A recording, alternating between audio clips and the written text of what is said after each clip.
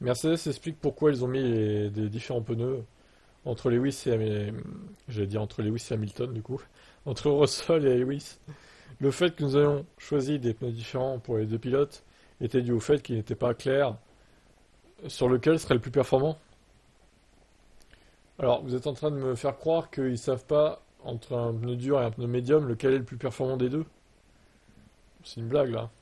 Ces choses sont claires après coup, mais pas avant. Lorsque nous avons roulé le vendredi, la grille a roulé le vendredi avec les pneus médiums, presque tout le monde dans la voie des stands a grainé le pneu. Une fois le pneu grainé, il perd très rapidement ses performances et devient une véritable cible de choix. Le pneu hard est plus résistant au grainage. Peut-être un peu plus lent, mais plus résistant au grainage. Nous avons équipé George du pneu dur. Alors, non, du coup, il avait le pneu médium. C'est Hamilton qui avait le pneu dur. Il restait encore beaucoup de courses à faire à ce moment-là. Alors que le temps passé du mouillé du sec, nous l'avons équipé de hard et tout le monde autour de lui était en médium. S'ils avaient progressé, ils auraient simplement traversé pour remporter une victoire facile. Et même si ça peut paraître fantaisiste, regardez ce qui est arrivé à Piastri. Sa voiture reculait à une vitesse très très rapide. Ses pneus ont fait du grain.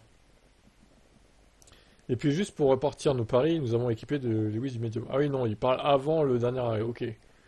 Ça marche. La décision de Mercedes de mettre Lewis sur les pneus durs lors du dernier relais de la course, tandis que George était sur les médiums, a semé une certaine confusion parmi les fans. Mais Allison explique que c'était dû à l'attribution de pneus de chaque pilote. Lorsque la piste est progressivement asséchée et est devenue mouillée, nous n'avons pas mis Lewis sur les pneus durs, nous l'avons mis sur le pneu médium. Nous avons utilisé son dernier jeu de médium pour lui donner une voiture, la voiture sur la piste avec le pneu qui s'est ensuite révélé être le pneu le plus rapide. Plus tard dans la course, lorsque nous sommes arrêtés derrière la voiture de sécurité pour mettre Lewis sur un nouveau train de pneus, on l'a fait passer du médium au hard. Cette décision était la bonne, car Lewis avait un arrêt totalement gratuit. Il était menacé par personne derrière. Il y avait une voiture de sécurité, ce qui signifiait qu'il pouvait se rapprocher de celui qui le dévançait et être dans la piste derrière la voiture de sécurité. Mais il serait sur des pneus neufs. Ceux qui le précédaient par son équipier seraient sur des pneus usagés. Il n'est pas question de savoir si un tout nouveau hard serait plus rapide qu'un vieux médium de 12 ou 13 tours.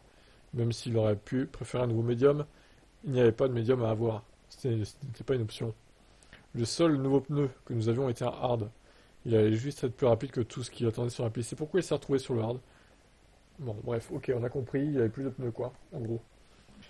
Ouais, mais ça tombe mal, encore une fois, ça tombe sur Hamilton et pas sur Russell. Parce que bon, vaut mieux avoir un pneu plus performant sur la fin de la course plutôt qu'au milieu, au final. Au milieu, il se passe... Moi, ouais, je dis toujours qu'il faut avoir le meilleur pneu pour la fin, en fait. C'est ce qui paraît logique, en fait.